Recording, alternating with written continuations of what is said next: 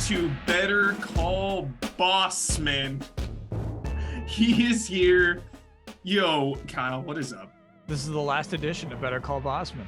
This is the last, unless Vince Gilligan gets the itch many years from now and somehow goes back.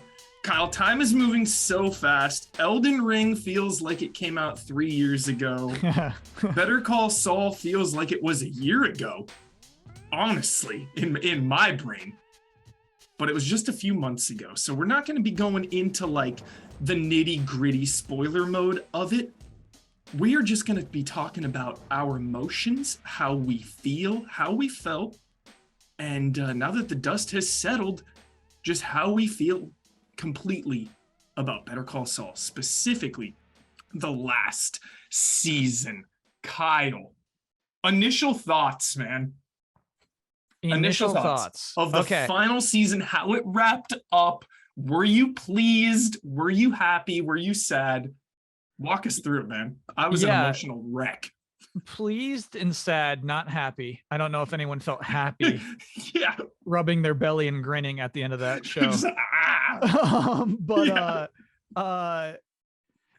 I was thinking earlier today about how it was kind of obviously a bummer, a reality of production that it had to be split up into 2 semi-seasons. Yeah. And it was not written as a cliffhanger. They didn't intend for that to be that huge gap there. Yeah. But that last gap, the last 6 or 5 episodes was a rush and then not a rush. And then just like pain. So much pain, dude. Yeah. So it's like a lot of I guess we talked about last time we talked about it at the end of the half, right? Yeah, we talked about the first half. We talked about part 1. Yeah, the second the thing we left off on, the question I posed to you was how many episodes are going to be black and white only, right? I thought of you with this. There were a lot. Yeah. Yeah. Like when do we make this switch? Because I felt it approaching soon. Yeah. The most impactful like flip to me though was the end of Jimmy and Kim's relationship. Dude. Just like the instant it was over, just like smash cut to Saul Goodman. Yes. Devastating. In full effect. Yeah. Devastation. Yeah. Yeah, dude. Obviously, Kim Wexler going down in fucking history as one of the all-time greats. One of the moments I can't stop thinking about, Kyle, is when she goes to Saul to give him the divorce papers, file that shit. He's like has his walls up of just like, yeah, whatever, okay, sure, like, see you later. And then she goes out and she talks to Jesse out there. They share a cigarette. And I liked that scene so much. One, because of like Saul's reaction to it all, just like how he's coping. But then just, I didn't expect Kim and Jesse to ever cross paths. And I thought that was just a really great scene that didn't feel like fan service. It felt natural. They're just like under there sharing a cigarette. The rain's coming down. What's he say? He says, is he a good lawyer? And she says, he was when I knew him, I think. Yes. Just like the bittersweet, melancholic vibe throughout these last few episodes. Like, honestly, magic. Like, I can't, right before we started, we were talking about how difficult it is sometimes to convey your thoughts on a TV show or a movie, like, clearly, because it's so just wrapped up in all these complex emotions. And it's like, the only way I can describe it is just like magical. Like, it's bigger. It's like reality. It's like bigger than a story we're watching on our TV. It just felt so raw, so real. Like we were watching these people's lives. And I think because of the context with Breaking Bad, like it's just this whole rich history of these characters. It's crazy to me. Yeah. One of the best episodes for sure, that penultimate episode on the bus, Kyle. Kim's life. What did you think about picking up with Kim's life post Jimmy McGill, post Saul Goodman? I thought it was cool. Could use so like a efficient use of dialogue, right? Is asking her what kind of cake they should do, right? And they're like vanilla or chocolate, and I'm like, oh, she's so boring now, she's gonna say vanilla. That's what the purpose of the scene is. And then she can't decide. Yeah. She refuses to make a call. Yeah. So you're like watching a Kim who like will not take a stance on anything. Dude. Yeah. Has the weirdest guy going, yup. That guy creeps me out. God. But so like give the viewers like 2 seconds of that, enough to feel uncomfortable, but like this is Kim's life now. This is her punishment. This is the life she's living. That was cool because it's like, you know, we also wondered since like episode 1, is like Kim dead by the end of the series. Right. And like it was almost worse. It was almost worse than like Kim dying. Because she was kind of dead in a way, right? She was just this shell of her former self. Like, I really liked it. Oh my God, dude, I was just so emotional this whole time, Kyle, man. Like, just tears coming from everywhere, just all like unexpectedly. A big moment for me was when she wanted to like use her law again to start helping people again. She was like eavesdropping kind of on that conversation, and just like, I was just thinking about like how capable she is when she can use all of her powers for good. Like, she is so smart and so talented and so capable of just like doing so much good in the world. And like, she's just been down the wrong path, or like living now this life she doesn't want to live. Like that was a powerful moment for me. It's incredible. Yeah, well, I think what's kind of crazy and what's good about Better Call Saul is that Kim was not innocent. Yeah. You know, and she's a legitimate criminal by the end. Straight up criminal. And she went to admit to it all, you know. I think the instigation was the phone call she had with Saul. She said, you should turn yourself in. Yeah. Right. And then it was just like a day later, she's like, damn, I gotta turn myself in. Chills, dude. Chills. Yeah. Yeah. Because she was like, go ahead. It's one thing that's a little ambiguous to me at the end of the show is like whether or not she's getting away with it. Yeah, I think because Saul took the rap. He took it all. Do you think it worked? Yeah. Oh, yeah. Yeah. He took it all. He took full blame, full everything, like whatever. No deals for anything. Just like, it's all on me. I'm guilty. And I think that's all the DA and them cared about, was just like putting Saul away. Dude, the bus. Showtime, dude. The bus. I love that. Yeah. The bus, dude. Yeah. So like the bus, I think, is a controversial scene amongst like Saul fans. Really? Yeah. Better Call Saul. Better Call Saul, the best. Whether that's a little too over the top or not, you know? Oh my God. I loved it. What do you think? So to me, it's way worth it. So he starts to go back to Jimmy. Yeah. In that case, before he does his monologue, before he says, or after he says showtime, but like to the court, he says, like, all right, call me Jimmy McGill. I want to confess everything I did. I was a bad brother, everything. Then he grins during the chant. Yeah.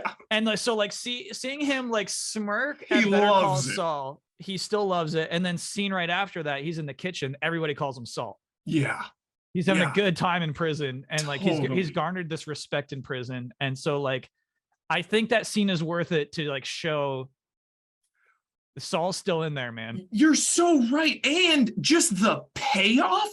Like, if you've been watching Breaking Bad this long, like that context of like Saul was helping criminals the entire time, it would make so much sense that like if he went to prison, they would all know him and have his back. Like, Yeah. he was their lawyer. He was like the freaking Robin Hood for them, of just like, dude, you need to get off. You better call Saul, man. Mm-hmm. Like the ultimate payoff in that sense. Yeah. Before That's right. Actually, that whole thing starts off. He says, "I'm not Saul." Yeah, it's not. No, I forgot that. I forgot. You got someone else. Yeah. Before we get into like fully the finale, because it just like, I don't understand how you make the Breaking Bad finale and the Better Call Saul finale just like two of the greatest achievements in television history. I don't understand. Before we get into that fully, just some loose ends, you know. Talk about a payoff, talk about a connection. Bosman, one of the darkest, one of the bleakest connections. Howard and Lalo, burial ground. In the lab the whole time. You watch Breaking Bad now and you are just like, dude, their bodies are right there. Disturbing shit. Like reframing Breaking Bad a little in like the subtlest, darkest way. It's just like such a dark detail that creeped me out. What do you think of that? What do you think of those payoffs? Lalo and Howard and all that. Okay, so Lalo's payoff. We talk about this a lot too at the break. Yeah. What's going to happen with Lalo? The break gave us too much time to think about Breaking Bad because we knew, we said at that moment, yeah, he's going to die by the gun that Gus hit on that tread. Yeah. And that's exactly how it played out. Yeah. And so to me, I guess you had built up of like a professional respect for Lalo, and I think he went out like a chump. A little bit like a chump, right? A little bit. Like, well, it's weird. It's weird though. He like took out 5 of Gus's guys. Like, they're like, hey, are we here? There's like poof, poof, poof, poof, poof. And then he like has the gun pointed Gus. Like, it was just like crazy that he's like this hyper efficient Barry level John assassin. Wick. Yeah, Barry. Yeah, Barry move. That's a Barry move. But then takes out the camera, and I guess that's the thing, right? Is his love of family, like his lust for revenge, is what undid him. I guess. Yeah. Is that he wouldn't have made the whole camera thing. He would have just shot him there, but he wanted to show that to his uncle. He wanted the admission of guilt. Yeah. But how silly of a way to go. Silly way. I did like kind of the darkness of the scene with the power, Gus kicking the power cable, and I like that Gus took a bullet as well. He got hit. Because that scene, it's hard now. It's one of the hardest things in today's age, 2022, where audiences are just so tapped in to like framing and logistics of action. You know, we put ourselves there, and if it doesn't fully add up correctly, it's just like so easy to dissect. Like, it's tricky. Imagine unplugging a cord with your feet. Imagine doing that right now. I can't even figure out like how I would even twist my ankles to like make it. I don't know. But like, yeah, you're right though, is that it's more about, you know, it is about the heart of the scene. It's about, you know, the theme. Yeah. The theme of he was just emotional. I chalk it up to emotions. Absolutely. That's what was driving him, man. That's how he stayed up just in the sewer looking through the grate. Yeah. Dude, good one. Another small moment, Kyle. Mike going to Nacho's dad. Yeah. I fucking loved this scene. Yeah. The guilt, dude, the guilt from Mike here, and just kind of like talking about the life, and I just love Nacho and Nacho's dad. Like, you know, when the season started, I was so bummed how early Nacho went out, but then when you look at the whole season at once, it's like, okay, it was the Nacho arc, and it was kind of like the Lalo Howard arc, and Gus, and then it was, you know, Jimmy and Kim. So like, it made sense that he went down early. So it was nice to see the dad and to get closure. It was depressing as shit, as the show usually is. But I just really appreciate the ways they connect to Breaking Bad, Kyle, and the way they use Breaking Bad characters Rarely going on never feels forced. And I just like how it all connects and syncs up. It just never feels like pandering. And we'll get into that detail specifically for the finale as well. What do you think of just Mike and Nacho and all that? You know, Mike working with Kim as well, trying to save her and dropping the guard. You know, where were you? Where were you when fucking Lalo came around? Like, Howard fucking died. You were supposed to be watching. Like, more guilt on Mike. Yeah, so like talking about the show as a whole, like the show works because of his character. I think he's like a third pillar of the show. Yes. I don't remember. It might be season 1 where it goes back to his flashbacks of being a police officer and his son dying. One or two, yeah. Like that stuff is so essential. He's such an essential character to this whole thing. Yeah. But yeah, I like that nobody gets off being a good guy, right? Like it's like, yeah, he's doing all this for his granddaughter. But you're right, that final confrontation with Nacho's dad, it's just getting told off. Told off, yes. And that specific shot where it flips around and this is just the gate in between. Yep. And just like the dad being the guy who's able to walk away from it is so important. Just it's almost like a power transfer. It's really nice. And so I think that's like the last time we see Mike until the final episode in which he tells Saul not to work with Walter. Incredible. The final episode, Bosman. Yes. One of my favorite titles of an episode as well, Saul Gone. Is that really the? Yeah. Saul Gone. I didn't realize that's the name of that one. That's funny. Saul Gone. Just like tragic title, dude. Saul Gone, man. Like, yeah. These flashbacks were fucking brilliant. Yeah. Talking about regret, talking about the time machine. So first we get, just about like, don't work with this guy, or they're in the desert as well. And he's like, do you have any regrets? Mm-hmm. And he's talking to Mike, and you're right. I guess that's his last appearance, isn't it? Yeah, in the desert. Yeah. Mm-hmm. And he's just like, they're talking about regrets. What would you do if you had a time machine? And Mike is just like, I forget exactly what he says, but he goes back to his first bribe. He goes back to the first bribe. Yep, the first bribe, dude. And that ties into his son and all that. Like, yeah, of course. Yeah. The dirty cops, dude. Yes. Out of control.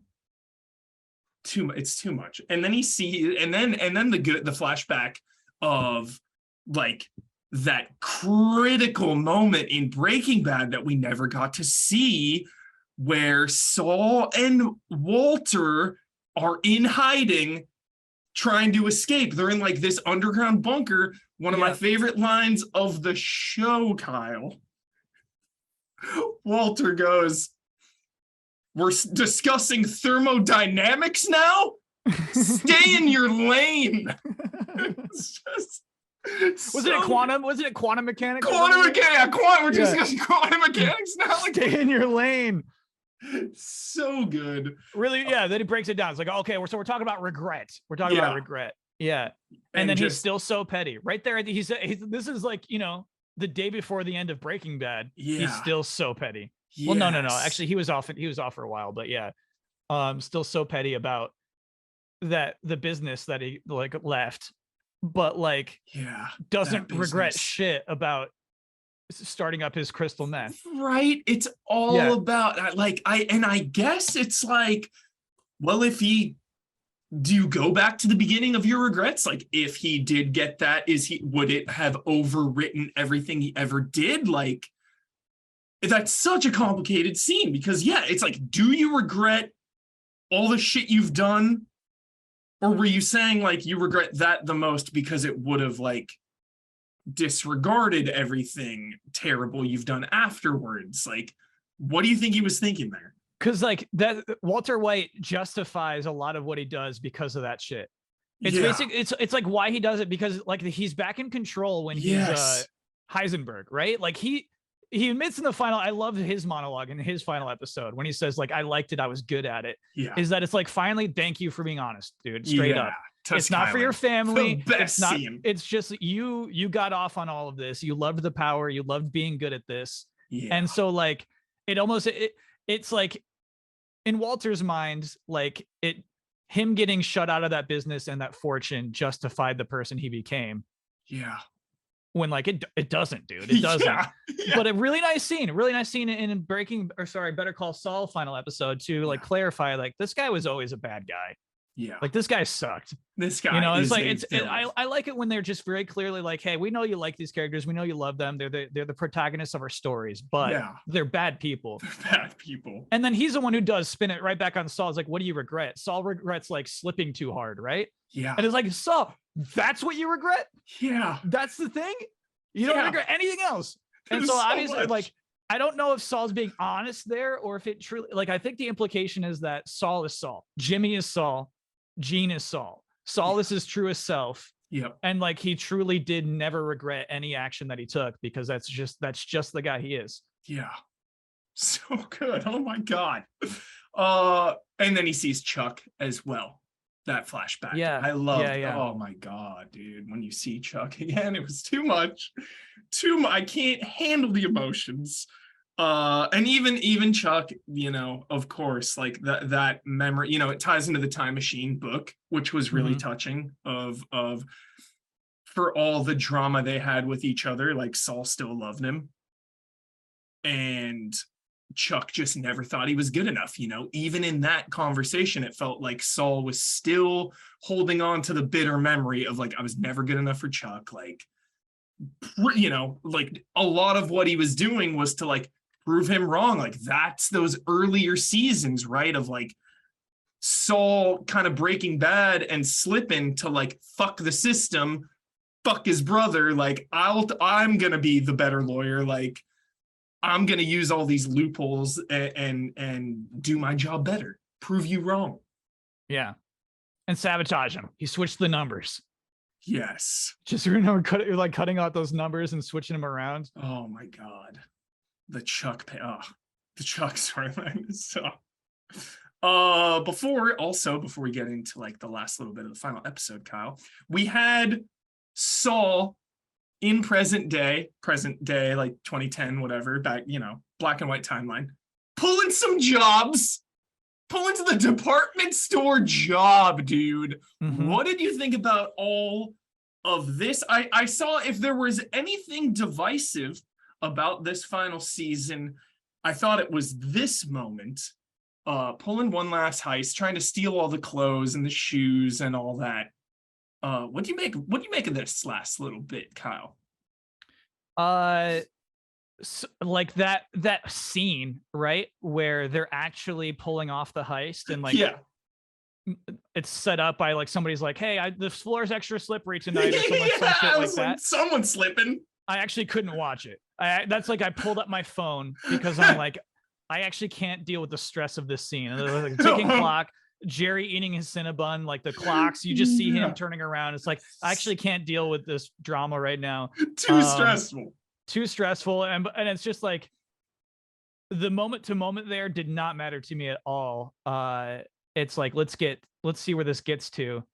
And it's interesting that was just like the beginning of it. Honestly, you probably could have skipped. You could have skipped straight to him working with these guys to do like the dirty deeds of the breaking into that guy's house. Yes. Yeah. Identity theft. When they got into identity theft, that was like much worse than stealing from a department store. Totally. But yeah, that was like the flipping back into Saul mode. You saw him do it a couple of times, right? In other like season finales and black and white moments, you'd see him flip to Saul for a sec. Yeah. But like that was like, okay, he's Saul again. Yeah, absolutely.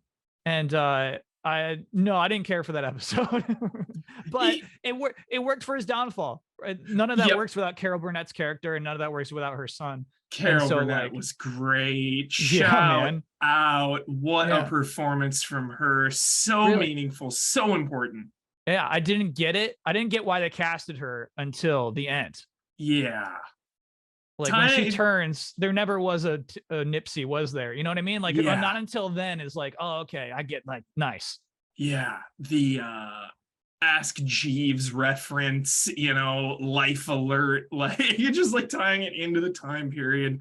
Yeah. That Life Alert scene was very intense. I was like, dude, is Saul doing this? Is Saul if Saul doing kills this? her, we gotta stop watching. Yeah, if Saul like harms her in any way, like, yeah, you're dead to me, Saul. Like, you're already a bad dude. Like, and he wasn't. Yeah, I mean, he's got a line. He did, like, that line was drawn there. Like he wasn't gonna. But like even that he threatened her was a wild turn. Yeah, but then he stopped himself, because he's not that guy. He's not that violent man. Yeah, like Saul never killed anyone, right? I don't think not directly.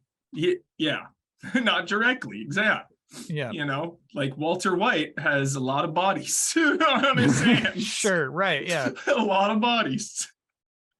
So, Kyle, the last moment that fucking destroyed me was the Marie reveal. Holy shit. The what review? Marie. Hank's wife. Oh, thank you. Okay. Hank's wife, dude. Mm-hmm. Talking like that scene, talking about Hank, talking about Gomez, and then just the back and forth there. And Saul just like has one last play, and that's trying to get Kim involved in this whole situation. So he's like bartering up information. She already confessed. He's losing ground here. But just like I wasn't prepared to deal with Widow Marie, the aftermath of that, because that's one of the most, that's one of the most heartbreaking scenes in Breaking Bad is Hank and Gomez. Like the most unnecessary deaths, the some of the most brutal. Those are two good dudes throughout, like family men, like trying to do right in the world. This is a show about villains. You're rooting for the villains, and like, it's weird because like you don't want the quote unquote good guys to stop the villains because they're the so just really tapping into like the consequences and the aftermath and the repercussions and all of that from what Walter did. Like that scene really helped Breaking Bad's legacy of like Heisenberg and Walter White for me. Sure. And just how much damage he caused. Right, that these things have effects. Yeah, I love that. Yes. Yeah.